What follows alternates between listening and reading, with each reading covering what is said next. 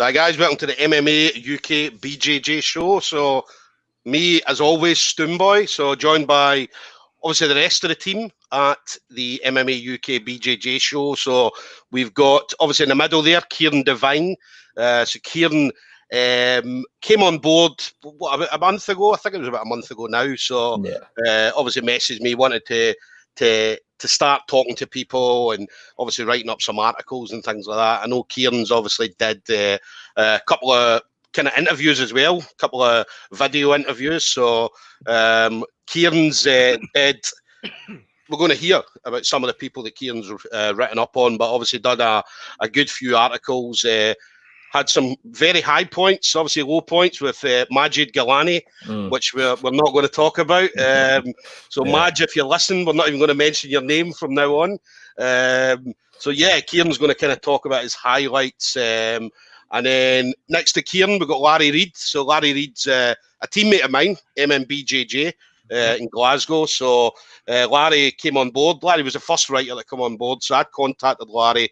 Larry had a couple of blogs on the go where he was talking about obviously his jiu-jitsu journey and talking about mental health issues and things like that. So so obviously I'd kind of been reading them. Obviously I'd known about them a while back when obviously first started training. So kind of posted it into the MMBJJ group and obviously got a lot of support from the team. And yeah, we've had our private sessions as well, our private jiu-jitsu sessions. You know, in an empty room, basically. Yeah. So just me and Larry in an empty room, and Larry close the door so nobody can hear you scream. Not even in the gym, just in a room. You're fired out. So again, Larry done a few articles as well, good few articles. Again, a lot of good high points. Had a lot of feedback on the articles as well. So everybody that's kind of read them, loved them, absolutely loved them, especially the guys that was interviewed. So again, we'll hear about the kind of high points. Obviously, me, I'll speak about obviously some of the videos, the live videos that we've done as well. So just again, some of the high points in that, and there's been quite a few. So yeah, guys, listen, it's an absolute pleasure to have you on. Great to be here. Merry Christmas. Merry Christmas to you as well, yeah. So Merry Christmas. We were laughing as well. I mean, we were talking about the beards. So obviously I'm the oldest here, so it's like we're starting with Kieran, obviously Kieran being the youngest. So that's like me 20 years ago. And then Larry, obviously that's me 10 years ago, and then obviously this is me now. So it's like looking at the past, mate. It's like looking at the past. Well, I've got these bad boys to go with it as well, so. So we'll start with you first then, Kieran. So obviously you came on board. You were already on board with MMA UK News, so obviously doing a lot of articles. Kieran, if anybody's on the MMA UK News site, you can see how many articles Kieran's done, and Kieran's probably one of the busiest guys on the MMA UK News site. So obviously he's putting an article out what seems like every day. So he's a very, very busy man. That's right. I try to be busy. And you work as well. I mean, you've got your own job. You do that as well. So obviously that's been a passion for you. Yeah, I work nights as a support worker. Cool.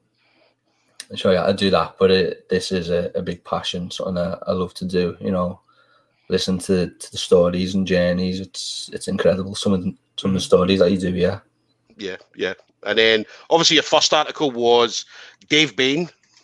Yeah. So Dave was a funny one. I mean, I've been trying to get Dave, and Dave will probably say this, but I've been trying to get Dave on to do a live interview forever, ever since I did Stoomcast. And Dave was always, nah, same with Jamie Harvey. Jamie Harvey was the same like that. Nah, nobody wants to hear what we are talking about. Oh, we're shy and things like that. And I mean, these guys go on the mat and they're absolute killers on the mat. Put on Jamie Harvey, well, both of them put on an absolute show, Jamie's mad on the mats. Yeah. So yeah, they were quite shy. So obviously Dave Bain, as I say, you managed to get obviously speaking with Dave. So how did that interview go for you? It was the first one. So I was a bit nervous, to be honest with you, even though it's through text. It's still because you don't know how to approach it, but it turned out brilliant. He just. To me, felt like he just opened up, and just told me everything. You know, and that's like one of the things that surprised me. Like, you know, there's some of them that's shy, so you know they won't come on for a live interview, but we can do the articles. But that's their comfort zone. You know what I mean? And they really do open up, which is great for the readers. You know. Yeah, definitely. And that's one thing. I mean, as I know you mentioned it. I mean, especially after the Dan Ferguson interviews. Dan Ferguson, anybody doesn't know, is blue belt. Got his blue belt from Darren Clark, GB Fife, and now going to be setting up High and Gracie Jiu-Jitsu or High and Gracie Academy, should I say, RGA in Dundee. So Dan Ferguson, obviously, he'd been on a podcast with me. Opened right up to me, and obviously did the interview with you as well, and completely opened up. And I remember you saying to me, Stuart, this guy's opening right up to me. And I was like, well, that's the thing about jiu-jitsu guys, because they don't get the chance. It's not the same as an MMA guy, where if you MMA fighter and you rack up a couple of wins, and then suddenly everybody wants to talk to you, whereas jiu-jitsu guys, as I say, we don't get the chance to talk to anybody sometimes. So that's the reason why you'll probably get more from a jiu-jitsu guy than you would an MMA fighter. Yeah, no, that one was a big shock, because you did warn me like before. Like he has got like an amazing story and a journey, and he has like what got him into BJJ. His whole story is incredible, and as you said, I messaged you, I was like, this is crazy. Like he's opening right up. You know, it's. As I say, I enjoy listening to them. I enjoy seeing where they've come from to where they've got to, you know, and it's amazing, to be honest with you. It is. Yeah. Dan's one of the guys, as I said, became very, very, very friendly with Dan over the last kind of year or so. So, especially since we did the interview, because, and Dan says it himself, he says, obviously doing that interview, in his interview, we did an award ceremony last year for Stoomcast, the podcast, and Dan Ferguson's one was voted by everybody that listened to it the best podcast out of, I think, 35, 36 podcasts. That was the one that everybody remembered. And I had people coming up to me and messaging me and saying, Stuart, I just listened to that Dan Ferguson. I mean, that was unbelievable. We're not training because we may be lazy or whatever. And then here you go, you've got this guy who went through absolute hell, obviously losing family members, losing very, very close friends and stuff like that, and he's still going. Yeah, and I mean, that's the thing, like, there'll be people that can relate to that. So when they're listening and they hear all this emotion and what he's been through, they're like, oh, like, I can really relate to what he's saying, you know. And it really does pull people in and, you know, gets them listening, gets them reading. But as I say, it's a incredible journey that he's been on, and he's still going. He's still got a lot to do. Yeah. Oh no, he definitely. I mean, Dan's motivated. I mean, you saw that during the interview. I mean, he was very, very motivated. He's got a goal. And there's nothing going to stop this guy from achieving that goal, which is absolutely phenomenal. I mean, he trains when the gyms are open. He's in the gym. He'll maybe do kickboxing for an hour. He'll then go to jiu-jitsu for an hour, and then he'll do something else, cardio, whatever. And he's always on the go. I've got him on Snapchat, and he Snapchats mad, mate. He's out driving and fucking 2 o'clock in the morning, and he just got the music blaring, man, and he's so happy and just loving life, man. As he's a very, very positive guy, very, very good ambassador, not just for Scottish jiu-jitsu, but jiu-jitsu as a whole, because as I said, going through, I mean, do you know what I mean? I'm a tough guy, but to go through what he went through and to still be fucking as motivated and as positive as he is, I don't know if I can do it, man. Do you know what I mean? Yeah, I mean, there was a point in the interview where he said he went to a competition by himself, no teammates, no anybody, just himself and his confidence, and that just shows motivation right there, that he's able to pack up, go to a competition and win just with his confidence alone. You know, it's crazy. Yeah, because that was it. I think what was he talking about? The first British he went to, and he turned up himself and fucking won gold medal. Came back to the gym the next day with a gold medal on and everything. He's got them all. I mean, if you ever get him on Snapchat, he's got in his living room. He's got on one wall, he's got a load of medals. He's got another wall, he's got loads of medals, and he's got a space kind of here. And what he says is, that's when we go back to competing. that's where my new medals are going to be. And he basically tells people, look, motherfuckers, I'm coming to get every one of you.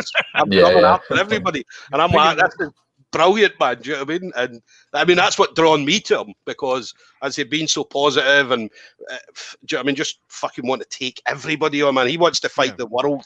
And I mean, we chat on the phone and we spoke on the phone, I think it was a couple of weeks ago. And it was only a quick call. It was like, all right, Dan, it was going to be a quick call. And then 2 hours later, we were still on the phone chatting shit, man. Do you know what I mean? And it was just, and he looked at his and he was like, fuck, I've been on the phone for 2 hours. It seems like only 10 minutes. Do you know what I mean? And I remember I did the podcast call with him, and I think it went on for, it was nearly 3 hours. And I had to then cut it. His was the only one that I had to cut, because obviously I had to take that 3 hours and put it into an hour and 20 minutes or whatever. So, but definitely, I mean, Darren, I mean, watch out for Dan. Dan's going to be, he's hooking up with this new team, RGA, or the High and Gracie Academy.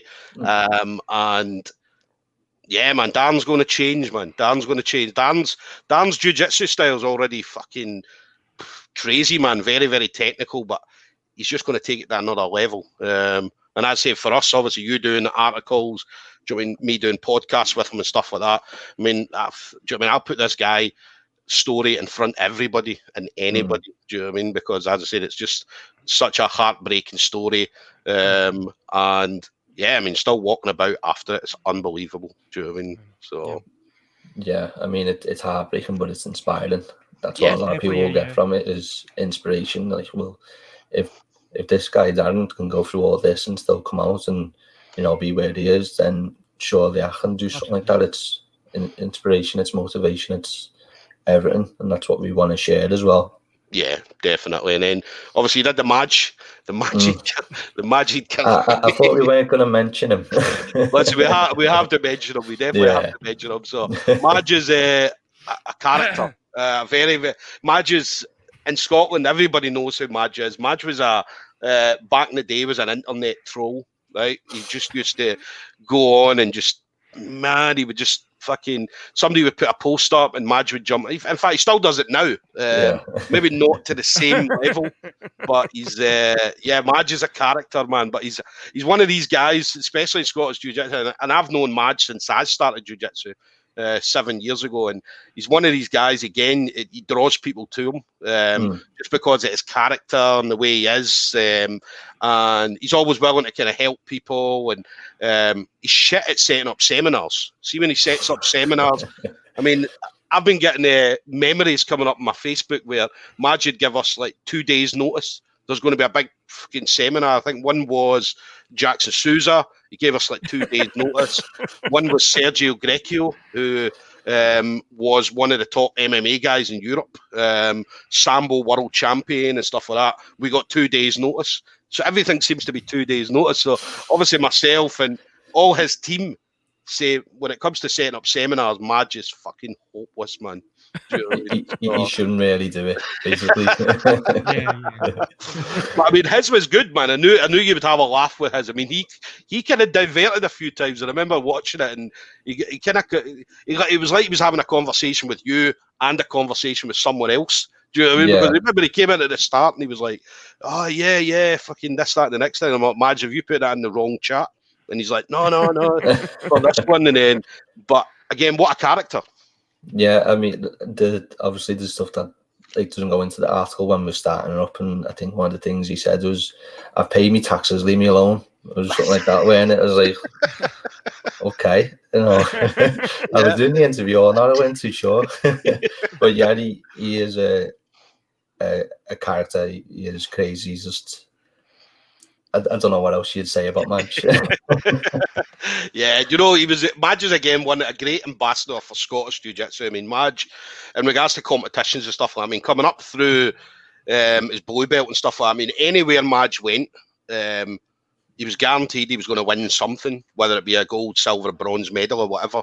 And he always used to say at our gym at GB Glasgow that who's going to be competing? And it was like, oh, Madge is competing. Like, brilliant, we're guaranteed a medal. So Madge would come back, whatever medal he came back with, he would come back with it, and he'd be wearing it and stuff like that around the gym. He kept everybody laughing. See, when you were feeling down, especially if you'd went to a comp and you'd lost, and if you were with Madge and you were driving back up the road with Madge, you knew you had to be in the car for 5 hours with Madge, and Madge just telling you, do you know what I mean? Just kind of perking you up and keeping you happy. And that's why anytime if I ever went to a comp, and usually when me and Madge went to comps, we would both win medals. So I'd never been at a comp where I'd never won and he'd never won. So we'd usually both won a medal. But yeah, just a hilarious guy, especially to have as part of your team. Yeah, I think there was a bit in there. He was talking about you getting thrown around by someone. I wish I'd actually got the picture to put in the article for that, because it sounds hilarious. But maybe that's like the secret to his success. He's whenever he's in a competition, he's getting people to laugh, and then he's getting a submission in. Yeah. Maybe that's his little secret as well.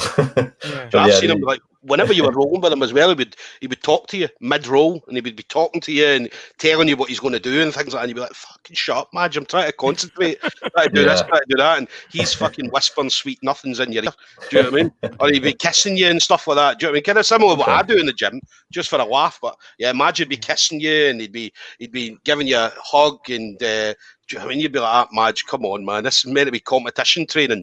Do you know what I mean? So, but he does the same thing in competition. Do you know what I mean? Where he'll go in and he'll be rolling with someone. Normally he ends up in bottom half guard. And Madge will be talking all the way through it, man. Do you know what I mean? Talking to his opponents, and do you know what I mean? Just having an absolute, because he enjoys it, man. I mean, a lot of people take jiu-jitsu very, very seriously, but Madge just fucking enjoys it, man. Do you know what I mean? So yeah, it must throw people off the game. Like, people do take it very seriously, and then he's like talking to them and whatever, and they're like, you can't help but hear and listen. So it is going to throw you off. But he's a smart guy. Yeah, and then who else? I mean, you've had obviously Madge, Dave Bain, Darren Ferguson. So what other people have you had on? I've had Darren Clark as well. He was a good one. Yeah. I've had Gary Savage. He was a very interesting character. Andy Callahan, I'm saying his name Andy right. Callahan, yeah. Callahan. Yeah. I'm just trying not to forget anyone. Who else have I had? I feel like I'm forgetting someone, and I feel bad. So I know that the Darren Clark, GB Fife, GB Dundee. So Darren again is one of these very positive people. I mean, if anybody's got Darren on Facebook, I mean, Darren's always posting videos and things like that. I mean, about positivity and all these different kind of things. Do you know what I mean? So very, very positive character. And again, runs a successful gym in the middle of nowhere in Fife. Just a small kind of town in Fife. Obviously runs GB Dundee as well. So had a very successful team. I mean, they've had guys, local comps coming in and absolutely destroying competition. They've had guys going out to the Euros, and they're going to be a team again. One of the teams in Scotland. I mean, they came, and it wasn't an overnight thing for them. Darren had built this up over years, and he's now got to a point where he's now got everything right. Everything is absolutely as it should be. So again, great character, Darren. Yeah, I really did enjoy that one, and as you say, his positive outlook on jiu-jitsu and life, it is infectious. Even just doing it through like a message, you can feel the positivity. I know that sounds mad, but it does come across how positive he is. And as you say, with his Facebook posts and that, you see he's very, very thankful. He does put a lot of inspiring stuff up. Yeah. And then you got Andy Callahan again. Andy Callahan's was talking about his way of looking at jiu-jitsu is very.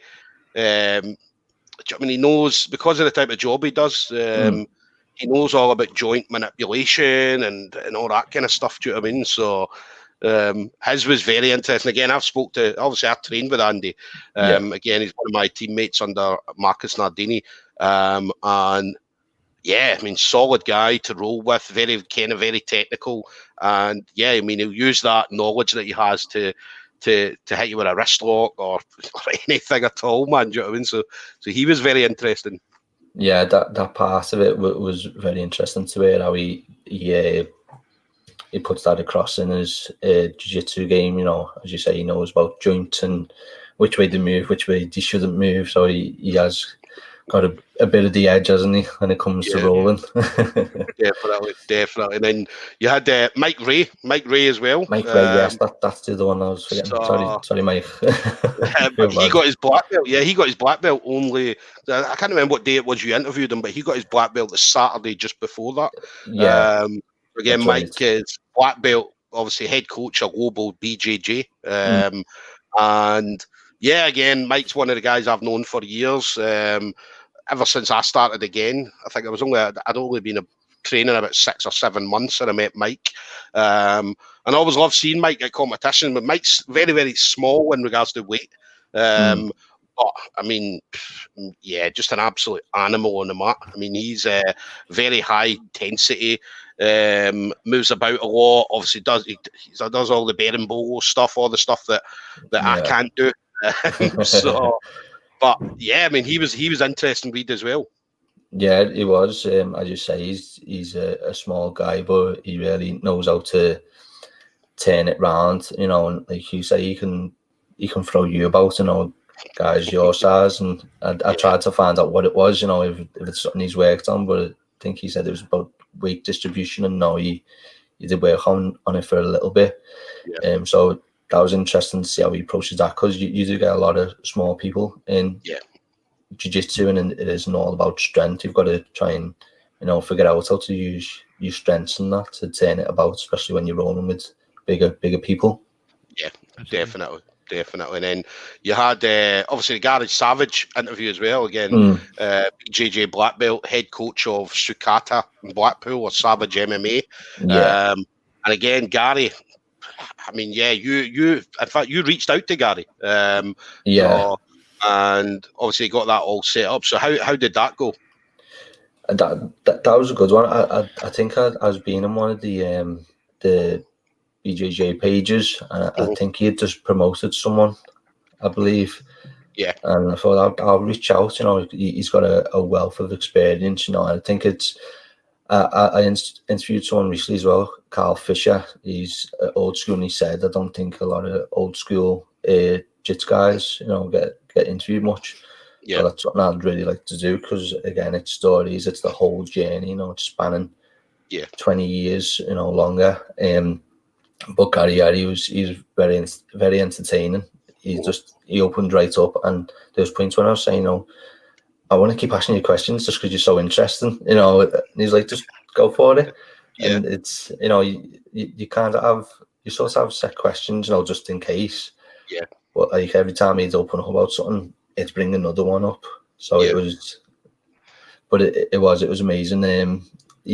I've just got his book as well. Karate Doesn't Work in a phone box. Yeah, so I'm looking forward to reading that. Oh yeah, and when I'm finished with it, I'll be telling everybody else to read it, because I expect it to be really good with all the stories. Definitely. That's something you could do as well. An article, obviously, once you've read the book, an article kind of something about the book. Do you know what I mean? And then, because obviously I knew that he'd had the book. I've seen that in the actual interview. He was talking about the book. Definitely. I mean, jiu-jitsu guys especially, we love to read good stories or good books by jiu-jitsu people. So so that was Karate Doesn't Work in a Phone Box by Gary Savage. So where did you buy it from, Kieran? He actually sent it out to me, which is very nice of him. I'm going to review it for him. But yeah, I was very curious about the title. Because obviously you've heard of a phone booth fighting, but to put it in that context of it doesn't work in a phone box, and it's very British. But yeah, it was interesting to see where that actually come from, with the story about his dad and that. You know, really good. Definitely. So I'll need to look out for that then. So, and then you had Scottish lad Thomas Hepburn, brown belt under Rick Young, and Again, Thomas, another one of these characters in Scotland, was absolutely hilarious when I was reading some of the stuff. And he talked about us being millionaires and stuff like that at the end. He said, we're all millionaires, so if Peter Knox is listening, we want to be millionaires, Peter, man. This is a fucking empire. Yeah. So how did Thomas go about that? How was that interview for you? I am, to be honest with you, I enjoy every single one that I do. As I say, it's airing the journeys out of, coming to jiu-jitsu, even if it's someone seasoned with 20 years experience or someone just starting, they still have their own unique journey, and it's amazing to all of them. And Thomas was the same. Yeah, Thomas, a nice guy, again, wealth of experience in regards to competitions and so on. So obviously he's always out there, whether it be local comps or he does a lot of I think he did 1 or 2 SGIs. It could be more, but I know he was on the SGIs and things like that. And again, under Rick Young, Rick Young, everybody, especially everybody in Scotland, Rick Young's the godfather of Scottish Jiu-Jitsu. He's the man. Obviously, you do have other black belts in Scotland, but any black belt in Scotland that you speak to, whenever you ask them who's the man in Scotland, it's always Rick Young. So for Thomas to be training under Rick Young for so long and staying with Rick Young the whole time almost, so is absolutely brilliant. Yeah, it's mad because I almost feel like a fraud when I'm doing this, because I haven't really done Brazilian Jiu-Jitsu. So like sometimes after people ask me like, do you do jiu-jitsu? It's like, oh, I'm starting, Yeah, so sometimes I feel like a fraud, but I don't think I really get called out on it. No, that's the thing. Even because I remember when you spoke to me at first, you're like, Stuart, I don't really know much about jiu-jitsu, and I'm like, do you know what? It's one of these things. Once you ask them the first question, you can yourself take the conversation wherever you want to go. And a lot of these guys, even if you go in and say, well, do you know what? I don't know anything about jiu-jitsu, or I know very, very little. These guys will, what do you want to know? Because I know you were talking to Thomas about a specific move. Was it a guillotine? The topside guillotine, yeah. Yeah, that's right. Thomas kind of talked you through that and things like that. So I read that as well. Yeah, it's as I say, it's great to hear the stories, but you're learning as well. As I said, I think I'd seen it in SUG, Chael Sonnen's Underground. Yeah. And I was like, why is it that you don't see them often? I was doing the interview with Thomas. I thought, no, ask someone who's experienced with it. Yeah. So why not? And he actually talked me right through it. And when he was like, is there any reason like you're asking? I was just curious, I just want to learn about it and that, Yeah. So it is good to be able to ask certain questions. Like I think with going back to Darren Ferguson asking about Berimbolo. I don't even know if I'm saying that right. Yeah. And he really spoke me through it as well and explained it. So it is good, that side of it, being able to learn as well as hearing the stories and the journeys. Yeah. That's the thing, jiu-jitsu guys. Larry, you'll know this especially. Jiu-jitsu guys, again, more experienced jiu-jitsu guys, if they've been doing it a few years or whatever. All you need to do, because I know that when Larry, I think you were at the very start. You were obviously having some issues. I can't remember, it was a passing guard or something, and Larry gave me a message. Yeah, I think that because we reached out. You reached out after we do a lot of my articles, and being kind of brought into Brazilian Jiu-Jitsu. I think you kind of took me under your wing a little bit in terms of like I've got this guy's my project now. I'm gonna fucking make him a killer. So and let's go and get a couple of sessions in. I was like, okay, cool. So I think you just kind of right. This is what works for me and what that doesn't work for me, and this is how you can get out the guard and get guys swept and stuff like that. So that was it's quite eye opening when you're kind of getting to a guy that's maybe not a black belt, but they've had so much of a wealth of experience in front of what I have. I kind of a lower level of the white belt, obviously. Shh, don't tell anybody the white belt. Blow my cover. Blue belt, definitely blue belt. Oh, okay. Blue belt instead. I think just learning from kind of older guys, and I think one of the things that I was able to say about Marcus's is, and obviously Likens as well, and the kind of full family of our guys. There's not one guy that won't be like, right, they'll just be like, oh, fucking, wait, but I'm not touching him, fucking, you know. Everybody's like so welcoming and is so giving of their experience. Go like, well, okay, you fucked up there, but I'll show you what you do, how you not fuck up next time, and it's kind of you can see your kind of growth a little bit through learning through different guys, different games and stuff. So it's definitely I know an experience, and it's something that I've, you know, I thank you for doing for me, and I thank kind of Marcus and Chris and Nick and Jack and, you know, Stephen, but everybody that's kind of helped me so far. Everybody apart from Gavin Mcqueen. I fuck Gavin Gavin, McQueen. if you're listening. Yeah, Gavin, that's for you. Fuck you, Gavin. Not Mark. I was not Gavin, Mark, not Mark.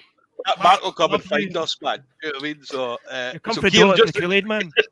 just so you know, Gavin's one of our teammates. So, Gavin, we always give Gavin a hard time. Do you know what I mean? Like, anytime somebody puts a post up, or Gavin puts a post up, you've got about a dozen people on slagging Gavin off. Do you know what I mean? And Gavin's like, just wait till we get back to the gym. I'm going to do this. I'm going to do that. And you're like, mate, you're doing nothing. You start sending them the Conor McGregor, like, you'll do fucking nothing. So, Jack specifically told me to tell Gav to fuck off on my, and he was like, I could put a big Gavin in the interview. I went, whatever you want to say, I don't mind. Like, just like, want to say it in something else? Went, right, give me 2 minutes. I'm gonna think of some stuff to write. Yeah. So he's like, nah, I don't. It's quite funny, but it's like Gavin's his name somewhere. Yeah, Gavin's a nice guy. He's very, very nice guy. Very, I'd say, very, very great person again to have in your corner. Great person to be around, a great person to be rolling with in the gym. I mean, you learn a lot off Gavin, and vice versa. Gavin will learn a lot of us as well. So, but we always, I mean, nobody slags Gavin off better than we do. So there's Peter Knox jumping in. With a comment there saying, yeah, fuck Gavin. Oh, dear Gavin. Merry to you, Gavin, but Gavin's, I'd say he's a cool guy. He's definitely very good friend. I remember I phoned him just at the start of the lockdown back in March, April time. And I phoned him. The only thing I said was, Gavin, I can't wait to get back to the gym. And he's like, yeah, me too. And I'm like, I'm going to fucking choke you. And he's like, Stoom, is that the only thing you phoned me to say? And I'm like, yeah, mate, that's all I'm phoning to say. But great guy. So Gavin, we do love you, mate. We do love you. So coming on to you then, Larry. So you obviously started off with Jamie Harvey. So Jamie Harvey was probably the top blue belt in Scotland. Obviously then got his purple belt. In fact, let me just go back to Gavin. Here we go. Look, there's Gavin there. I'm just thinking of what of you. So sorry. He obviously missed the part that we said we loved him. Do you know what I mean? So, Gavin, we love you, mate. We do love you. And we can't wait to get back. Because I know I'm going to choke you, Gavin. 11 seconds, Gavin. 11 seconds. So Jamie Harvey. So Jamie Harvey, check my Edinburgh. Jamie, as I said, one of the top blue belts in Scotland, got his purple belt last year. I believe it was last year, this year. I think it was last year. November last year, yeah. Yeah, tail end of last year. I think he's 6-0, 5-0, 6-0 at SGI. I think something like that. Yeah. He's like 6-0. I think at the moment. Yeah. I think I had a kind of a streak going where he was kind of undefeated as Scottish grappling. He's obviously the Scottish grappling heavyweight champion at the moment. Yeah. So he's kind of hoping to come back next year and challenge somebody to take his title off him, but hopefully that won't happen. Watching a lot of stuff through like doing research about it, watching SGIs he's been in, just nasty heel hooking bastards. Yeah. Just wrecking people all the time. Like, he went to Ireland. I don't know if you watched. There was a video went up. He was in Ireland. He did a team event. So there was like him, Davey Sharp, Thomas Wilson. Yeah. I can't even remember the other two that went, but they went over and Jamie went in against this Irish guy and got him in a kind of footlock or whatever he got him in, and all you heard, big loud snap. Do you know what I mean? He took the guy's fucking leg back to Edinburgh with him, man. Do you know what I mean? trophy in a glass case in his fucking living room now. He was very apologetic about it. Do you know what I mean? Oh. So very, very apologetic. But he's a nice guy. I mean, you look at Jamie, as I said, he reminds you of Clark Kent, and then it suddenly takes it does like that. goes off and he's got a fucking checkmark, fucking Edinburgh rash guard on, man, and that's his Superman logo. But yeah, no, very nice guy. But yeah, I mean, on the mats, horrible guy, man, on the mats. Do you know what I mean? So I think it's like what you said before. It's these unassuming guys that just next minute they go on that mat. You know, the shoes are off and the rash guard's on, and it's like, I'm gonna kill you, and they will do it. There's these guys that just think you don't think much of them, and next minute you're like, they're taking the glasses off, and you're suddenly like, right, they just it's as if they're just like muscles just appear. You're all right, okay, I'm gonna die. Cool, sound. Yeah, okay. Side shades went from that way to that way. You know what I mean? So that's a different person. You're like, no. So, but no, he was cool. He was cool. His interview was good as well. Yeah, it's a cool full first interview to do, and really giving of his time and really kind of like, oh well, you know, it's like just a very kind of gregarious guy, quite quiet, but also kind of very kind of helpful and very kind of enthusiastic about doing what he was doing. You know what I mean? So it's good. Yeah. These guys are shy, man. I mean, Dave Bain, killer on the mat, shy to come on an interview and talk live on a video, but obviously in an article they'll open up. Jamie Harvey's exactly the same. I mean, you have Madge on. I mean, Madge is one of these guys, you put him in front of a cameraman and you're worried about what he's going to say. See that? Oh, no. Madge was, I did the podcast with Madge and it was hilarious from start to finish. But yeah, I mean, Jamie Harvey, Dave Bain and stuff like that. I mean, obviously maybe not shy, but they didn't want to come on camera, so it was great that you managed to get Jamie Harvey on. So I think if the way we do it, I don't know how Kieran does it exactly, but I kind of speak to him just on Facebook Messenger, and it's more like I just go, look, I'm going to ask you some questions, but I do treat it like a conversation. Like, it's just like, imagine we're pals, only for a minute. You don't have to be full pals with me. Like, don't have to go out, hang out together. Yeah. We're going for dinner after this. Don't have to go dinner after this. This is how start our friendship. No, it's just about, like, if you speak to people, just a conversation, I think they're more likely to open up to you instead of it being like this. I mean, I'm quite a shy person, but once, if you talk to me like on Facebook or Instagram or kind of WhatsApp, I'm quite a bit more effusive, a bit more talkative. You know what I mean? I'm quite a keyboard warrior sometimes, I think. At intro, not much of an intro as Majid, but not maybe just a little bit like that. But it's like I would probably be a bit more skeptical about going online and doing something on your face to face. It's a bit more like, because you're kind of, the camera's on me. You get kind of a deer in the headlights kind of look about it. But when you're doing something, a written thing, they're more likely to open up to you a bit more, like, and then they can just like go tell the story without having to be feel nervous or anything, and then you get good stories from people, and you get these kind of nuggets of experiences that people have had, and it's good for me because throughout the time I've been doing these interviews, I'm learning stuff about competing and learning stuff about more about MMA, because generally I would just watch kind of a lot of BJJ stuff, but I'm learning more about MMA and a little bit more about other people's different like Mac McLachlan. We'll come to a wee bit, but learn about his Taekwondo, his Muay Thai, and learn about kind of how he kind of come into from a completely different discipline and into BJJ. So it's kind of cool to see all these kind of older guys and sort of seasoned guys like Jack and Davey Sharp as well, and kind of learn a bit more about them. So it's teaching me a lot about people's experiences and stuff that I can learn in the future. Yeah. And then speaking of keyboard warriors, I mean, there's Gavin Mcqueen again. So again, keyboard warrior. He says, Stoom, you've got stamina to roll for 11 seconds, wee guy. Now, the 11 seconds thing, just to explain that, me and Gavin, I sent Gavin a video on Instagram. I think it was a guy doing a judo throw. And I was like, Gavin, I'm going to do this to you. And he's like, mate, you're not doing anything to me. And so then I described a fight between me and him. So I was like, Gavin, this is how the fight's going to go. Like, I'm going to take you down. I'm going to pass your guard. I'm going to come around. I'm going to bread cut and choke you. It's going to last 11 seconds. And I was like, for the next 5 minutes and 49 seconds, man, I'm just going to chill.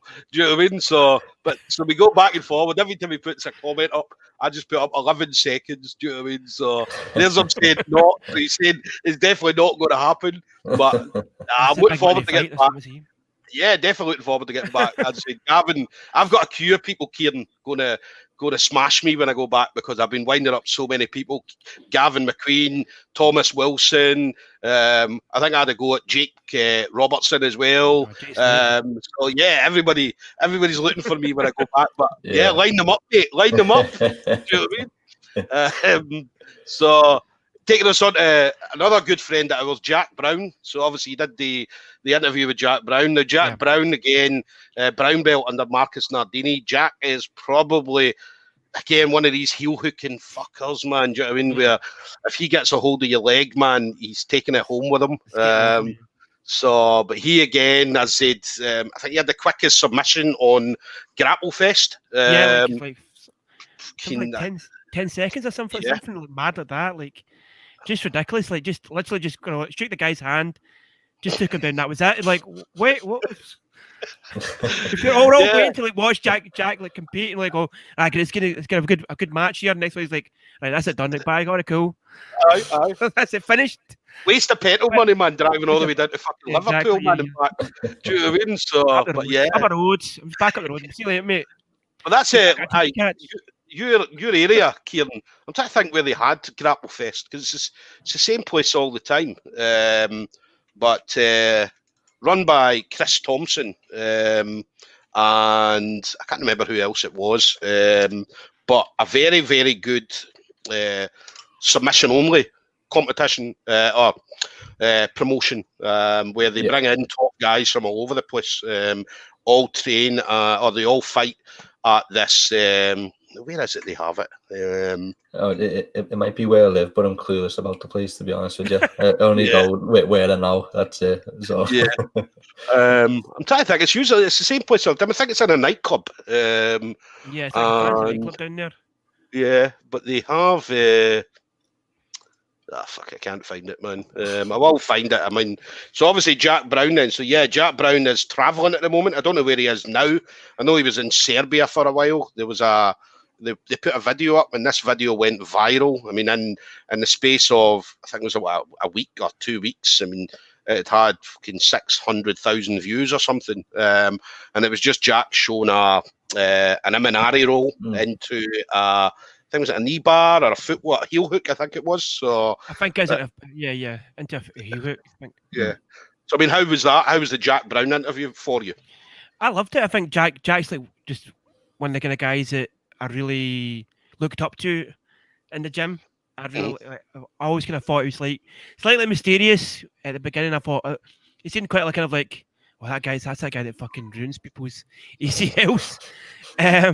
But not talk to him, but not go near him. Like, but then it's kind of, you get like kind of like a sort of kind of weird friendship, and it's good. It's kind of good to talk to him. And he's really got a lot of good banter. It's like maybe one of the funniest interviews I've done so far. Yeah. I've done interviews, but in the past for different wrestlers and stuff like that as well, when I did my wrestling podcast and stuff. But Jack just had insane amounts of banter. Yeah. Talk about having our OnlyFans and a GoFundMe because he's skint over in Serbia. But I think that what he's doing is such an interesting story. Just to kind of middle of lockdown, just be like meet his girlfriend, then just go. We're just gonna go to Asia. Yeah. Travel to Asia, and he's like, right now I'm gonna go to Serbia, gonna go to Greece. I'm gonna start training there, and like then he's like, right, I want to go and just have my own place and own gym in Asia, which is. I think it's probably one of the things that you watch in these kind of documentaries, or if you've read the BJJ Globetrotters book. If you haven't, I really recommend that. Chris Grogart. It's just an amazing story he did. It's very similar in that kind of tone. So when he was going over there, I thought I'm quite jealous of like going to roll in these kind of really kind of cool countries, and especially Serbia and stuff, where they're like they're just born solid people, you know what I mean? Like they're just born killers, you know what I mean? So it's kind of cool to see that, and like it's cool to kind of to see your friend doing well and traveling about and bringing all these kind of stories back and stuff. So Yeah, it's such a cool interview. It's fucking horrible though, man, because he's over in Serbia teaching the Serbians how to footlock and heel hook people. Exactly, so that means that's we're going to go to a competition, and if you're up against somebody from Serbia, you're going to be like, fucking Jack showed him what to do. Do you know what I mean? So you're just going to have a team of fucking Eastern European guys all coming in like Jack. Do you know what I mean? So it's like the fucking Eminem army. Remember the Eminem song? Do you know what I mean? The real Slim Shady. You listen to the real Jack Brown. Do you know what I mean? Have you been trained by Jack Brown? Yeah, I'm out, mate. Tap out. Just bye. See you later, mate. Yeah. I trained with a guy back in Serbia. Yeah, Jack Brown. Mate, referee. I don't want to fight this guy, man. Out, mate. I'll put my arm. I've just put my arm, mate. Bye. So, but no, it's good. I mean, he obviously his partner. I think it was his partner years ago. And then obviously, I think 10 years or something, a number of years had passed, and then they kind of met each other and rekindled, obviously, their love from back then. Proper fucking Hollywood love story, this man. Do you know what I mean? It's really cool. Like, that was something I was kind of like, I didn't want to go and go like, how did you meet your girlfriend? Yeah. Because that would have been a bit weird. Like, I was about to talk about jiu-jitsu, mate. Like, but how did you meet your girlfriend, though? Yeah. So it was a proper cool. Yeah, but a proper Hollywood love story. Cool. It's really cool, and I wish them all the best because they're obviously really enjoying themselves, and I'm sure she's quite happy just for Jack to go out and destroy people's legs of an evening or a morning. Come back. We've been out to the day. Yeah, it's good. Killing people. Yeah, but he's definitely. I mean, Jack. Obviously, we're looking forward to getting him back. I think he's away for about a year or a year plus. Yeah. So fingers crossed. Obviously, we do get him back. We don't lose him. So we'll see. We'll see where he goes in the near future. So I think he's been away for about 6 months now. Yeah, like that. Yeah. Like about 6 months. 6 months now. Yeah, it's a long time. Yeah. So fingers crossed we get him back soon. And then you went on to another Likens guy. So Davey Sharp, again, another guy moulded out of the same mould that fucking Jack Brown came out of. So Davey Sharp, again, for people that don't know, Davey Sharp, again, was one of the top blue belts in Scotland in regards to, obviously, his record, again, unbeaten record at SGI, similar to Jamie Harvey. Again, got his purple belt earlier this year. I think they'd done was it Evolution of Combat? They just finished that. It was him, Shawnee, Stewart, and Jack Brown had went on that. And obviously the three of them came back. Shawnee got his black belt, Jack got his brown belt, and Davey got his purple belt. So Davey's purple belt has been a long time coming. And Davey's one of these guys we need to throw out the gym because, I mean, if he's posting anything, it's like, posting, or it could be his partner's, his missus' birthday, and it'd be like, it's my missus' birthday. They're like, oh, where are you? I'm in the gym. Do you know what I mean? You're like, what? I can go home, man, and celebrate the birthday. It'd be like Christmas time. Yeah, I mean, he did the Christmas time rolls, and he'd be rolling at 11 o'clock at night and stuff like that. They'd go in and set up a projector, or they would, I think they would do it from their phone or from a laptop onto the wall. And then what they would do is they would then practice the moves. I think they were doing a lot of the John Danaher stuff when it first came out. And you're like, man, it's like 11, 12 o'clock at night, man. Go fucking home, man. Do you know what I mean? Like, somebody must be looking for you, man. Do you know what I mean? You'll be on the mission. Where's David? Aye. Do you know what I mean? The Jimmy Hughes.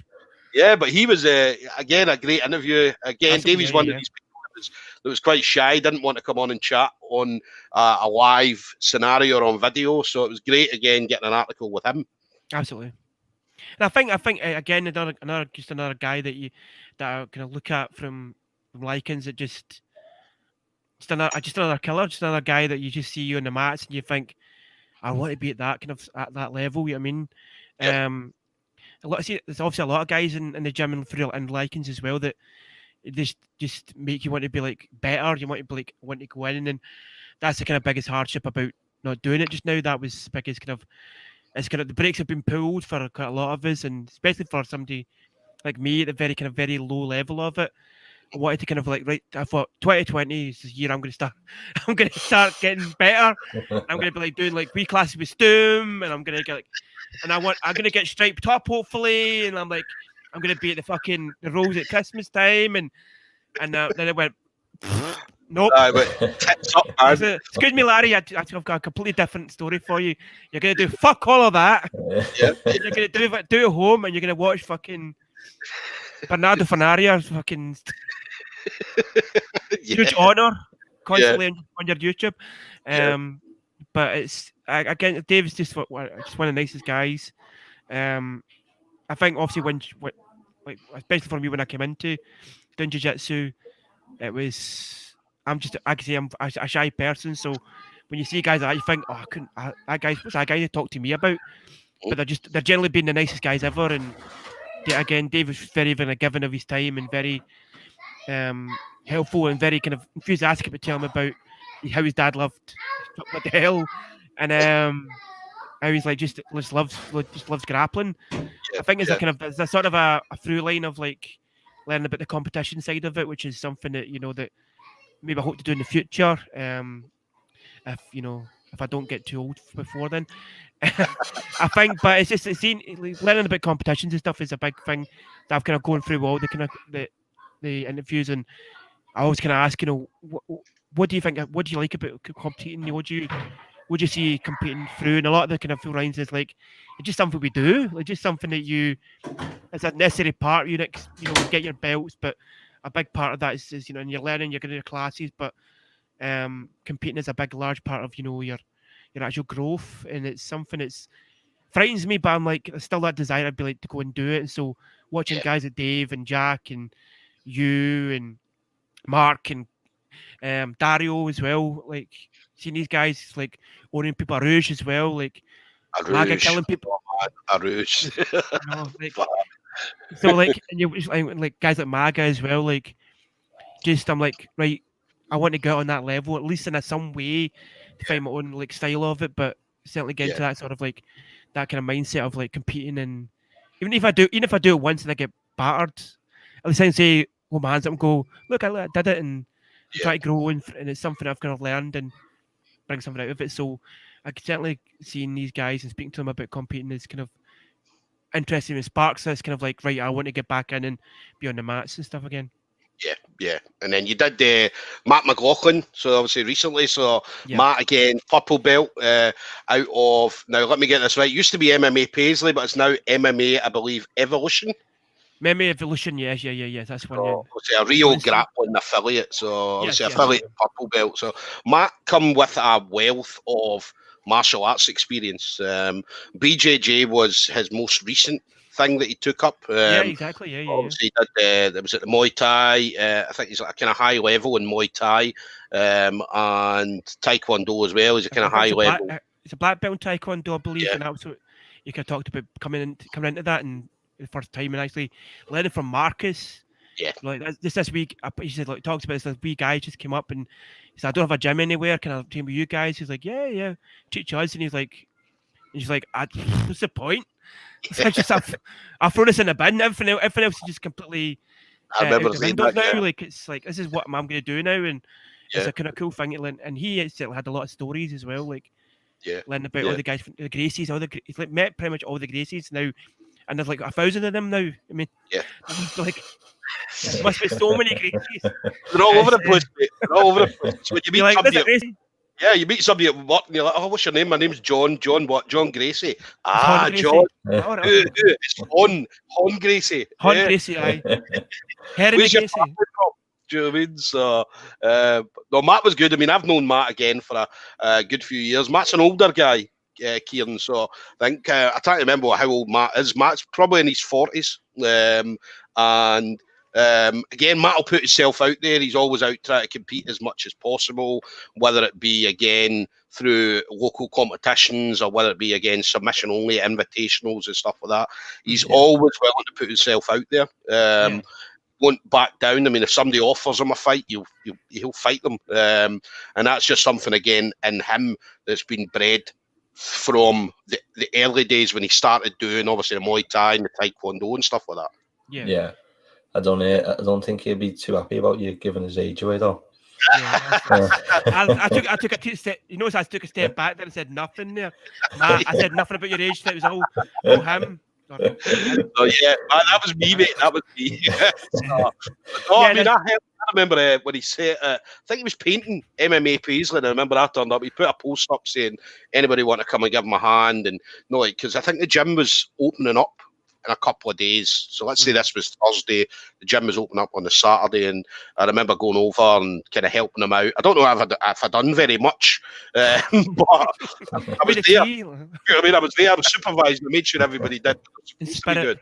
I remember going over and helping him out, and he was obviously very thankful for that. Do you know what I mean? He did a yoga class, and I remember he set this yoga class. He only did it a few times, so he brought in this yoga teacher, and I remember I'd been training at GB. I had done a 2-hour session and went to the yoga class, and I ended up falling asleep. Right, we went into this position, and we were kind of lying down, and she's like, "Look up to the, just close your eyes."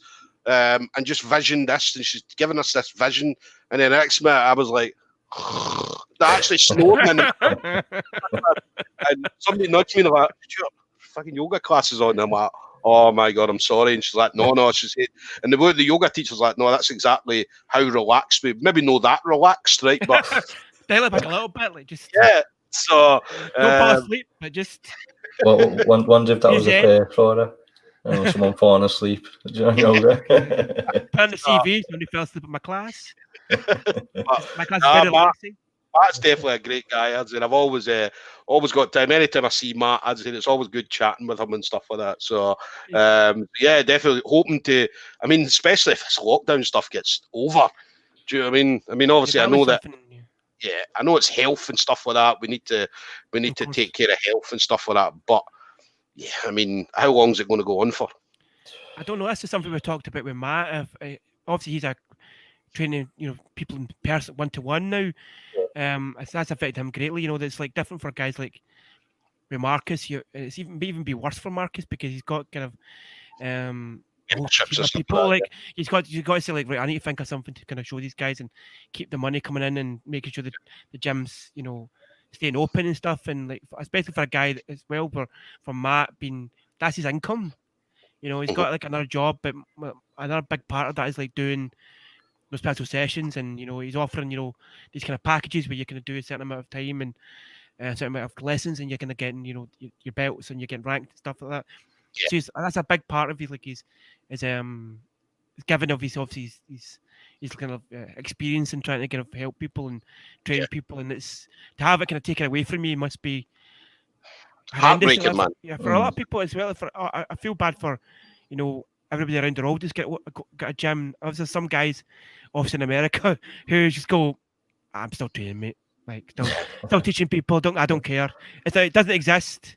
I've seen a few where a few gyms have stayed open in America, and I mean, obviously in California especially, gyms were staying open, and then obviously Ioterra was the big one. They basically said, look, if you keep it open, I think it was about $5,000 or $10,000 fine every day that you stay open. So he had no choice. I mean, he could have stayed open. Ioterra's obviously got some money behind him, but absolutely, yeah. 5 to 10 grand a day. Do you know what I mean? So it's hard because and you feel bad for because like obviously us personally like seeing Marcus and opening and closing and it's just terrible when you've got a guy that it's relying on that money coming in, and that's just kind of, and also especially for like a lot of these guys that are teaching, these kind of coaches, they want to train, they want to go in and they want to be rolling and stuff, and they want to be trying to sharpen themselves and getting ready for competition, through the year and next year and stuff, and they want to be doing stuff like that, especially with somebody like Marcus, who was like went to do Polaris this year, and not really getting to train and like having to go down and kind of piecemeal training and stuff like that. A big question about obviously asked Mark was like, what happens now in terms of we're paying our way towards the gyms. Everybody's paying some way that a lot of gyms are saying, look, pay us, we want to stay open, we want to keep the doors open, we want to keep the lights on, so to speak. What happens, next year if we still can't train? That was kind of the thing I was like, wanting to kind of put towards people is like, what do we do now?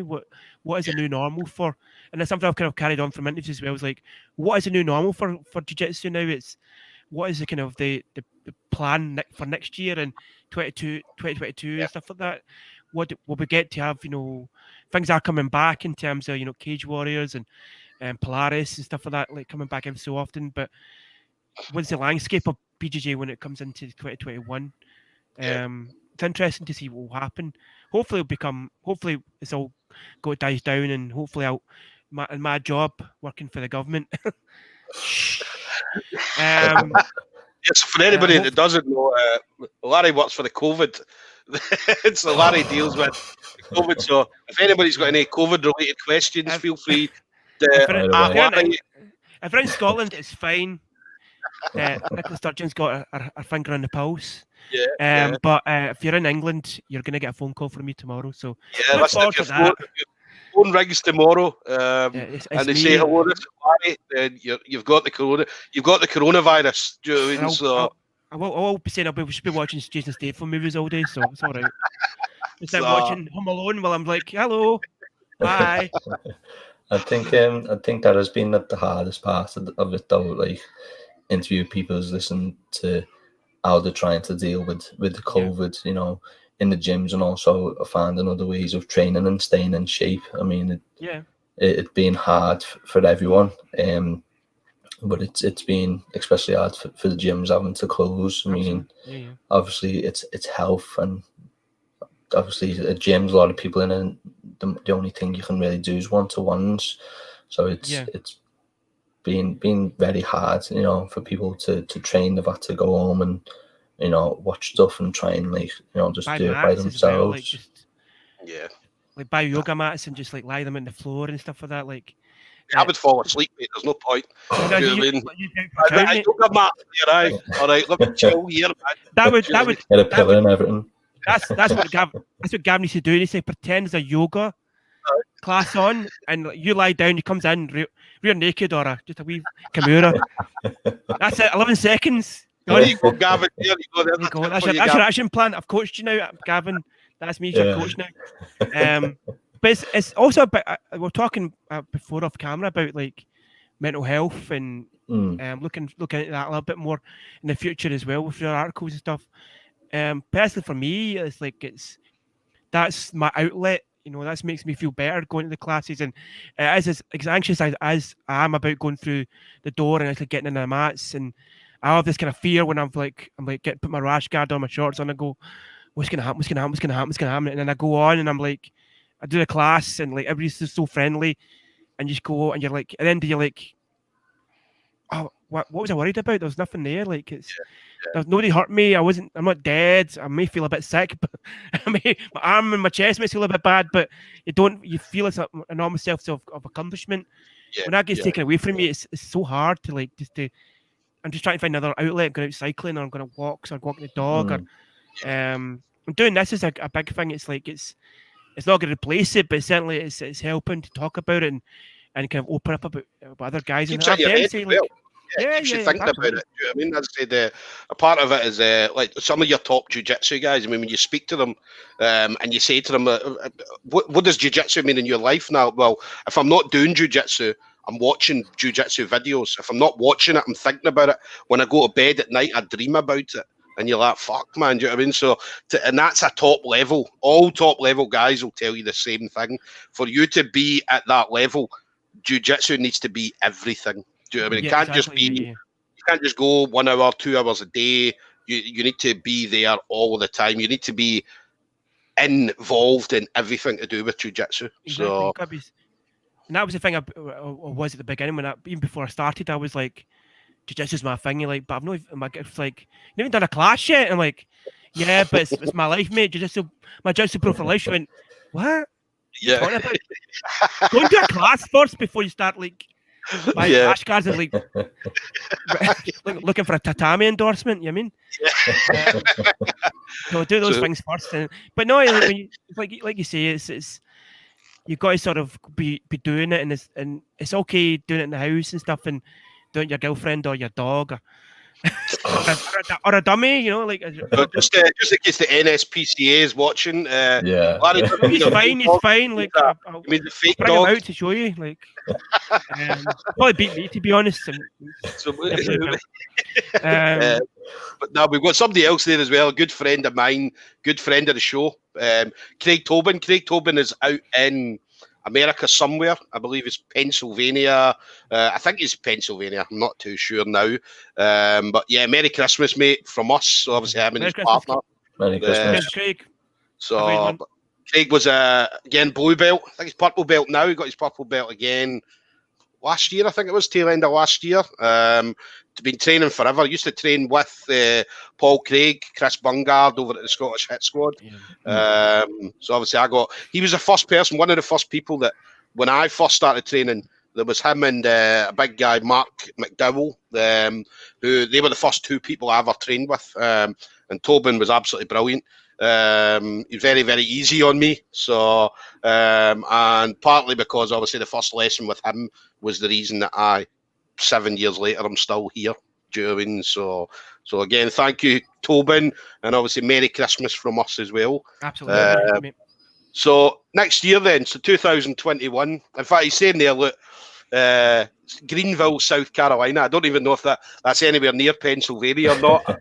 I've got family in Carolina, so that's. So I think it's probably as far away from Pennsylvania as near Florida. Yeah, it's the exact opposite, like pretty much. Apologies for that, Tobin. But yeah, 2021.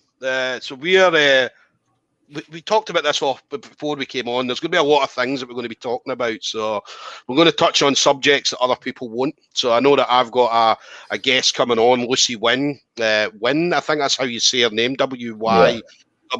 So Lucy Wynn. So Lucy did an article recently talking about inequality for women in jiu-jitsu, not just jiu-jitsu when it comes to training, but you're looking at other things like jiu-jitsu equipment, the gear, gis, and rash guards. There is companies out there that do female apparel, female rash guards, shorts, and everything else, but there's not many. Okay, so they kind of cater for males in general. So she wanted to kind of, I'd seen the article. I know, Kieran, you'd seen the article as well. Yeah. And so I'd messaged her and said, look, Lucy, obviously come on. And like most guests, I mean, obviously they're a bit worried about what kind of angle that we're going to take. But for me, I mean, anybody that I've ever had on the show, I always tell them, look, that the time that you're on with me is your time. So whatever you want to talk about, I'm not here to judge anybody and tell anybody they're right and things like that. But in regards to Lucy's kind of article and stuff like that, I feel that's something that needs to be spoken about because there is inequality. And again, as I said earlier, for me, I've not had any inequality since I've come into jiu-jitsu, but I'm not a female. So I don't know. I haven't seen it. It's never happened at any gym that I've ever been at. If it ever did happen, then you've got a gym full of killers that are ready to smash whoever it is that's being sexist or whatever they're doing. You know what I mean? So not in an aggressive way, but basically let them know you can't do that. You can't do shit like that in our gym. Do you know what I mean? So we kind of do try and stamp it out, which a lot of gyms will do as well. So as I said, I wanted to have Lucy on just to speak about that. Obviously, we talked about mental health and stuff like that. So mental health, I touched on it previously with Andy Baker. I did a Stoomcast podcast with Andy Baker last year or the year before. And we touched a little bit on it. We didn't really go into full details, but again, obviously that's something, especially now with the gyms being closed. I mean, we see it kind of every day. People are having kind of mental health issues. I know me, I suffer from mental health issues myself. Larry, you're the same, and they're kind of well documented. So that's something I wanted to kind of touch on. So what about yourself, Kieran? I mean, anything that you want to, or anybody you've got coming up, or anything you want to talk about in 2021? Yeah, I mean, I think the one with Lucy Wynn will be very interesting because you don't really see it unless you're in there. You know what I mean? But you don't also see it from a female perspective. You know what I mean? So I think that'd be a very interesting one. But I'm going to be speaking with Professor Joanna, who you've spoke with previously. She has her women's defence and really be trying to jump into that. So that's on the same kind of spectrum, and that, you know, helping women in BJJ and self-defence. Who else? I messaged Douglas Hernandez. I think he's from Florida. He competed recently, so I'll be looking to interview him as well. I think I messaged you instead of I've messaged. Yeah, because normally whenever we talk about, I've got such and such, and I tell you who they are and what they've done, and then when you come at me and say Douglas Hernandez, I'm like, fuck, right? So I have to Google them, man. And I'm like, right, okay. So I know a good bit. I said when it comes to UK jiu-jitsu guys, I mean, if you give me a name, I can tell you, maybe what belt they are, and that's the funny thing about jiu-jitsu. They obviously, like, I don't know people by their names. I don't know anybody's second name in jiu-jitsu. All I know is their first name and what belt they've got and where they train. Do you know what I mean? So, but yeah, I mean, Douglas Hernandez, as I said, I looked in purple belt. So, and he looked solid. I mean, he won gold medal at his, and I'm trying to remember, was it the Florida IBJJF?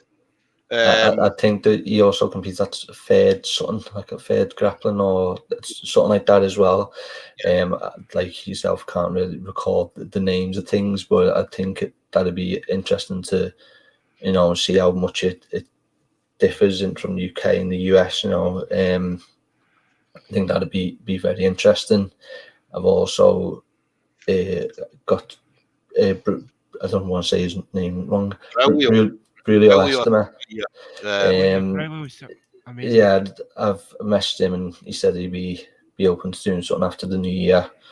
Going to be. Braulio's one of these guys, man. I mean, see when you get him, Braulio's got some hilarious stories. Do you know what I mean? Like, some of the best stories in jiu-jitsu, man, come from Braulio. Do you know what I mean? Another guy, Henzo Gracie. I mean, Henzo Gracie is somebody that I've reached out to. Obviously, I've not got him yet. I will get him. I mean, Brazilians in general. I mean, some of the stories that you hear from them are hilarious, man. Do you know what I mean? And they tell the story as well. The story, just the way they tell the story as well, makes it even funnier. Do you know what I mean? Put so much passion into telling you what. So Braulio will be good. Braulio will be very entertaining. So definitely look forward if that comes about. Cool, so definitely, I'll definitely be looking forward to that one. Who else have we got in touch with them? I've just been like messaging people now. It's become like an addiction. I know that you messaged quite a few people in America. So obviously you've messaged quite a few people in America. So obviously because I'm not even looking at America. So that's what we're going to do. I mean, we're going to pick. So I know that we're going to do, and again we'll speak about this, but we're going to do where we'll say, right, this is who I'm going to speak to. This is who you're going to contact. And then you tell me, and then we just go out and get everybody on. Everybody who wants to talk, we can get them on. Do you know what I mean? So, but no, it's a good interview. Yeah, it's going to be a very, very big year. Definitely. Yes. Looking forward to it. Yeah. And then Larry, what about you? I mean, anything you want to touch on 2021, or anybody you have maybe thinking about that you want to speak to? Yeah, like I've had Andy Baker reach out to me, our friend Andy. Again, one of these guys that kind of regularly reached out based on my old jiu-jitsu blogs and was like, very open about his story, and he's asked me if I would mind speaking to him about mental health, and he thinks that would be something that would be interesting for both of us, so we can speak to him. I've got Callahan Burke coming up in a few days. We'll be speaking to him. Obviously, he's gonna starting to be kind of a force within Scottish Jiu-Jitsu, so it'll be kind of cool to speak to him. I want to speak to a guy called Marcus Greatwood. I'm reaching out to him. So if you've not watched any of Marcus's videos, he does kind of challengey kind of videos regarding BJJ. Once he did 40 sessions of jiu-jitsu in a month. He did 14 days or 14 sessions and flew all the way over to California and rode with 10th Planet. Did 14 sessions within a week of 10th Planet, and they're really cool videos. He's a kind of free diver as well, but he started doing kind of live videos talking about specific kind of subjects, like breath work and kind of given experience. And he trains down south under Hodger Gracie. Gracie in the UK. So if you know Hodger Gracie, he's like one of the just an amazing. Oh man, he's one of the. If you look at the Gracies, he's like one of the guys you look under Hickson, under Herion and Hoyler. You look and he's one of the kind of top guys. Seeing him kind of compete before is just an amazing competitor. So, be cool to kind of hear about his stories of training under him and stuff.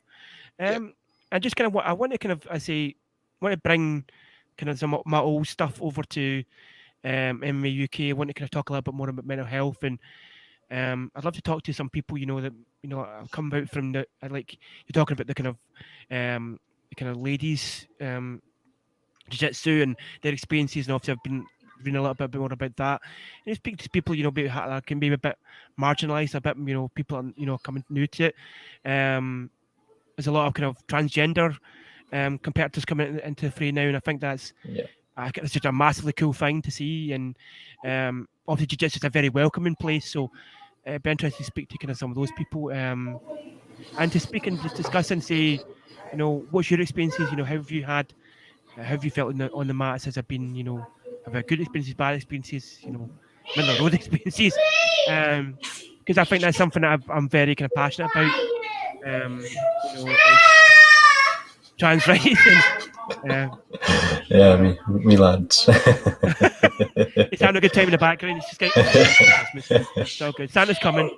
I'm very excited. That's good. But that's something we want to want to be having. When I look at MMA UK, I want us to have a kind of a very open and welcoming kind of platform, and I think that's something we're doing just now. And with the cool stories we're telling, and we can tell some more cool stories. Hopefully, 2021. Definitely, and I know me. Obviously, I've got Lucy Wynn, as I spoke of. I've got the Leighton family coming on right now. The Leighton family are based in Berwick. Come out of Tiago Ferreira's gym. Good friend of ours, or mine, Tiago Ferreira. Tiago is a great guy, really, really great guy. Again, from Brazil, and ran the Checkmate kids team to great heights. I mean, he had these kids winning all sorts. Do you know what I mean? World championships, European champions, British champions, and so on and so on. So the Leighton family, you've got the mum Diane. Diane is a white belt. So obviously Diane's coming in training. I think Diane started because the kids were doing it. So Diane obviously put herself onto the mat as well.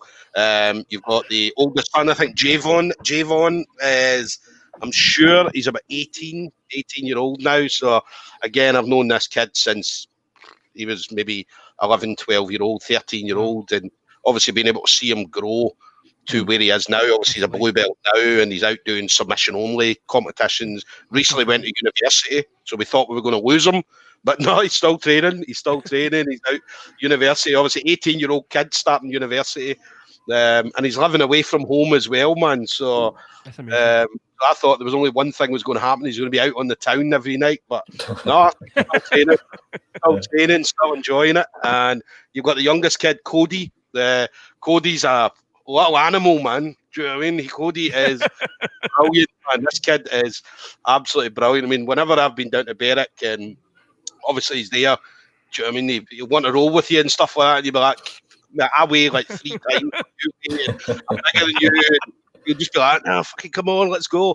Great family, the Leightons, as I said. So I'm excited to go to be speaking to them. A few other people, I've reached out to Gordon Ryan, but obviously I know Gordon Ryan's got, obviously his issues at the moment. Obviously, unfortunately, his dad passed away and stuff like that. So, Big Gord. So Big Gord. I think he had the funeral, was it today or yesterday? I'm sure it was today. Yeah, I think it was today. Dan, I was talking about it today. Yeah, so obviously he's going through tough times at the moment. As I said, I want to have Henzo on Going to try and reach out to obviously some other Gracies like Hodger and stuff like that. So there's a lot of people. I mean, I've got a list of. I was laughing and joking with this with Kieran. I've got a list of over 100 people. Amazing. I was looking through. Yeah, I mean, I was looking through some of the list, and let me see if I can find some of these people, man. And these are people that, do you know what I mean, I can reach out to. So yeah, people like Simon Hayes. Simon Hayes, an old school guy, started jiu-jitsu from the early beginnings. He's an older guy. Anybody that's got Simon on Facebook, you'll see him. He's always training. He's always doing stuff. Then you've got Taylor Pearman. I think fights out of the ZR team. He's a friend of KT Hunter. So obviously the other one, the other interviewer, we've got Sarah Mariner, who again ZR team. Fionn Davies, John Nicholson, obviously in Dumbarton. Helen Curry, again was I believe Scottish black belt, female black belt. Chris Paynes, Vadim. So I'm going to try and get Vadim on, Larry. Vadim is a master of Sambo, right? So he's a Sambo. Cool. That's cool. So we're going to maybe talk about some of that. We've got Alan Love, Andy Burns, Scott Ward, Gary Christie. We're going to get him. Yeah. We're going to get him. As Gary won't do a live interview, but he's going to be doing an article.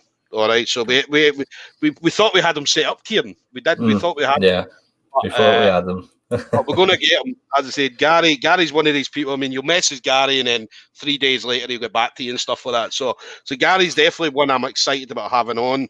Paul McVeigh I interviewed before. So Paul McVeigh again, we can get for whether it be an article or even a live interview. Ash Mohammed. Ash is out of Fighters Hive in Bathgate. So again, brown belt. I believe still a brown belt under Yusuf Nabi. We've got Speedos, Martin Speedos from up north, so up in Aberdeen. Brown belt, yeah, Speedos.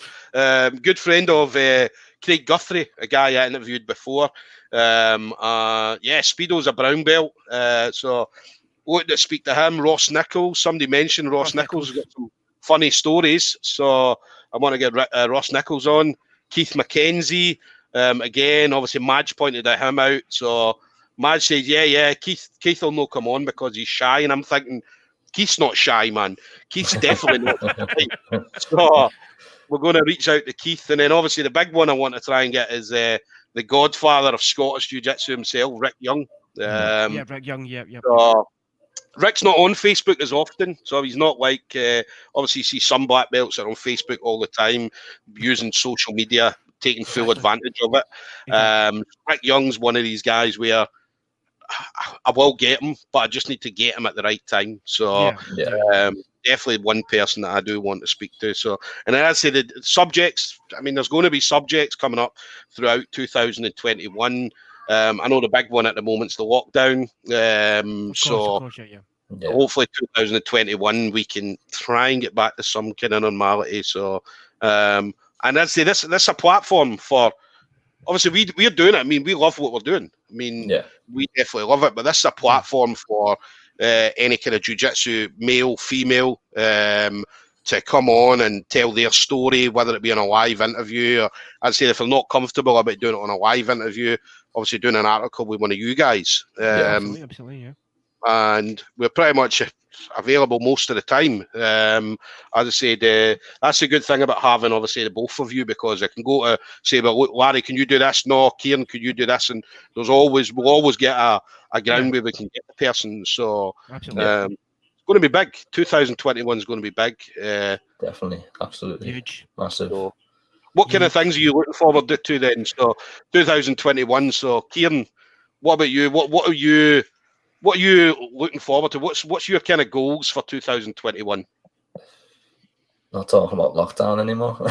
Not talking about COVID. Yeah, exactly. Yeah. Just want that. Like you said, it's the main thing, and it comes about, but like, and you can't escape it. But it'd be good to just get away from it a bit, get some sort of normalcy, So that's one that goes. I'm going to do it. I don't know, because it's probably going to be with us for a while, but that's one goal that I'd like to do. Obviously, dedicate myself to this, and really interview a lot of people, different kinds of topics, as you say. So I'm really looking forward to that, and just getting on with it, basically. Well, do you not feel that I've got half the article and half though? Like, because some of the articles about COVID, so then you're like, shit, I'm not talking about that. So what can I put in there to fill the gap? Yeah. No, what are you doing past COVID now? What you gone? Yeah. Everything post COVID now. And then what about you, Larry? I mean, obviously 2021 then. So what are you looking forward to? What's your kind of goal? I'd really like to go back to training again, like properly training with people. And not with dummies or in my front room or anything. I think it would be kind of cool to do that. Like, I recently got my cousin into jiu-jitsu. He started training at Marcus's, and they kind of came in as we're just shutting the doors. So it'd be cool to kind of at least even if restrictions get a little bit get kind of eased a little bit. Be cool to kind of get some mats and just sort of set up in the garage or his room or something and start just like training a little bit. It's like watching seminars and stuff, or watching DVDs of our BJJ fanatics. We can just kind of try and learn something and try and brush up my kind of, because I feel like I'm just back to square one again. I don't feel like I've got any kind of, I got my jiu-jitsu power battery level just going down and down and down. And I miss the guys. That's the biggest thing. I just miss hanging out and seeing my friends and just like barting each other. I think people pulling my hair out, they just try to kill me and just fight like being scared of MAGA again. I think crazy MAGA, and I just wanted to be like, I just. So hopefully next year, get better at jiu-jitsu, do some more private sessions with you and some of the guys, and try and get being a bit less afraid of rolling. Bit more like into doing the Sunday services and stuff like that. I think just trying to try kind of hopefully look at it, go out then to 2021. We're like, right now the kind of motor's running now. I can start building on this kind of. I've got a platform now. I can start building and doing more with these guys and speaking to more guys that are really I'm passionate about and I follow. Then guys like Daniel Strauss. I really love his kind of ethos when it comes to training and stuff. Guys, Daniel Strauss lifts everything and anything. Just anything. Anything is like anything. Is that heavy? I lift it. Yeah. I'm waiting for the day he's pulling out fucking the couch out the living room and lifting TVs and shit like that. Do you know what I mean? He seems to be lifting rocks and do you know what I mean? Putting all the, and he makes all this shit himself. I don't know if you've ever seen any of Daniel Strauss stuff, Kieran, but he makes this. He's got like a garage at his house, right? And he just makes shit, right? And he makes big metal fucking. Do you know what I mean? He reminds you of like an old fight. Do you know what I mean? Where make giant hammers and like fucking. Man, do you know what I mean? Like about a million hand. Four hammers in there. So Daniel, brilliant guy again, really nice guy. So hopefully we'll get him on.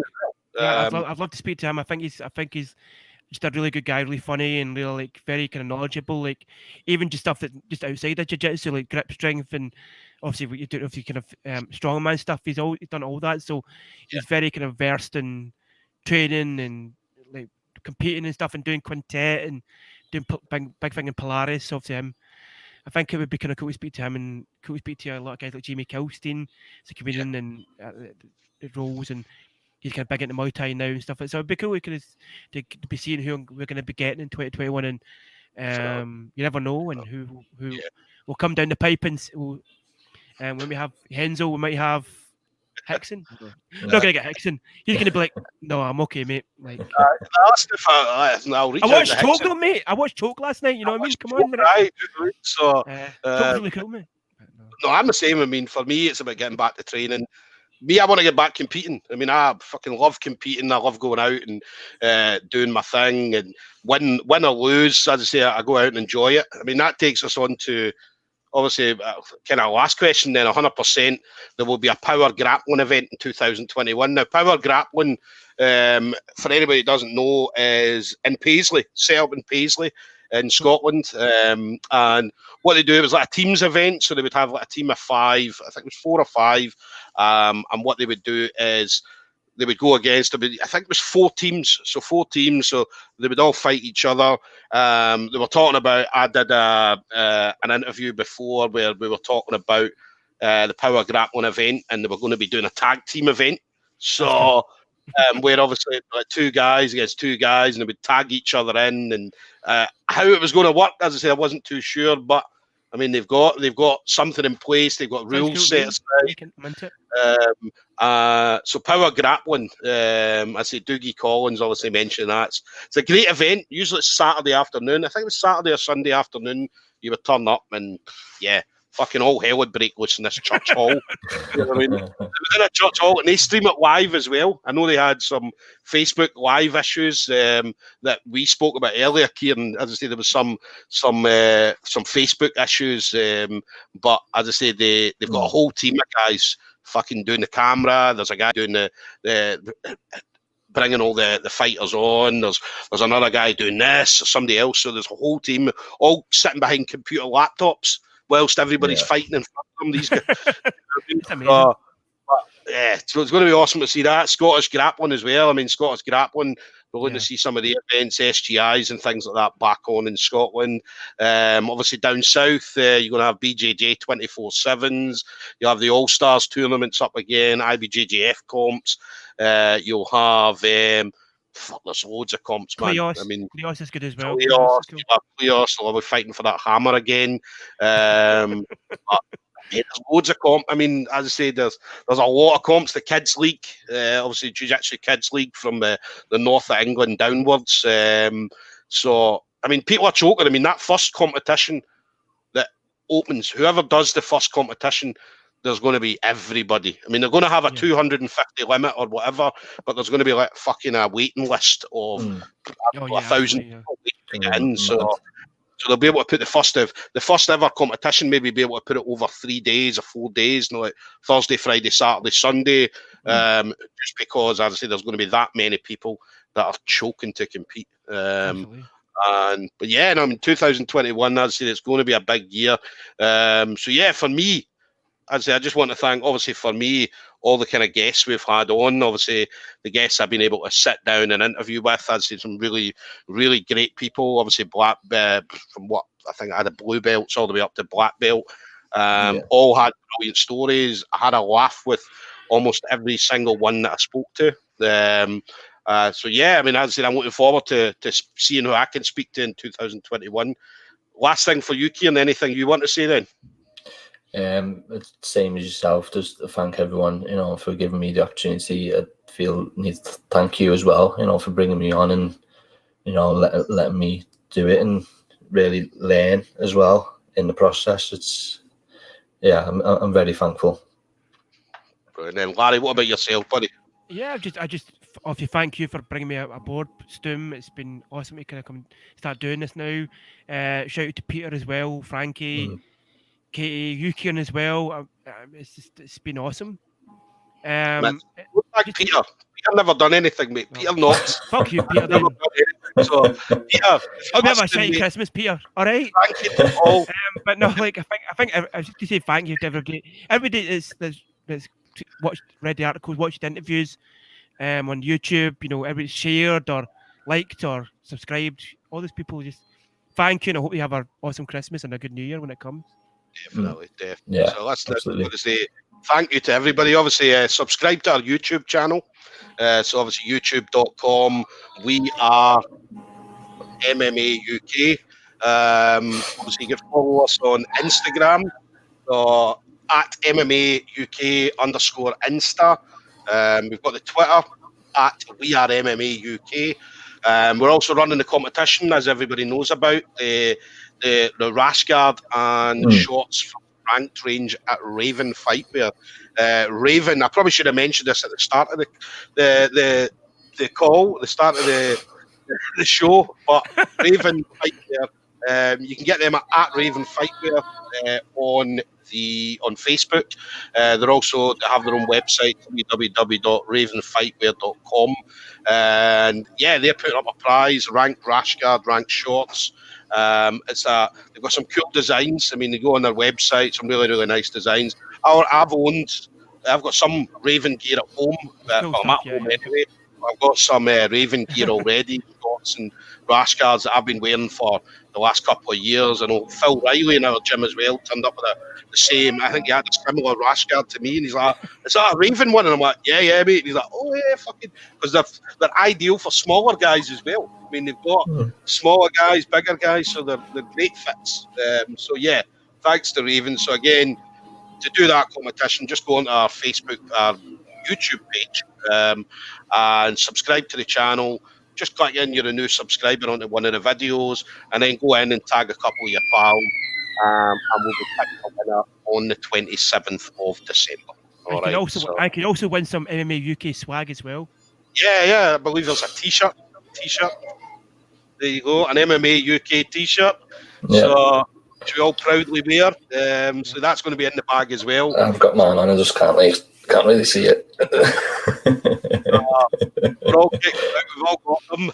But yeah, that's going to be in the bag as well. So yeah, definitely looking forward to it. We're going to try and do a competition every month, every couple of months, just so that people they're going to get some free stuff from us. Do you know what I mean? So, but no, listen, it's an absolute pleasure, guys. As I said, it's an absolute honour to have you two guys working with us. As I said, both of you have brought in some great stuff, some great articles. So looking forward to seeing. You can't let it slide now. You can't let it slide. As I say, you're up. Yeah. Always up. Got to keep going. Got to. But no, looking forward to see what you guys do in 2021. So thanks again, guys. Thanks for listening. Thank you. Have a nice. It's a good new year. And we'll see you 2021. Yeah.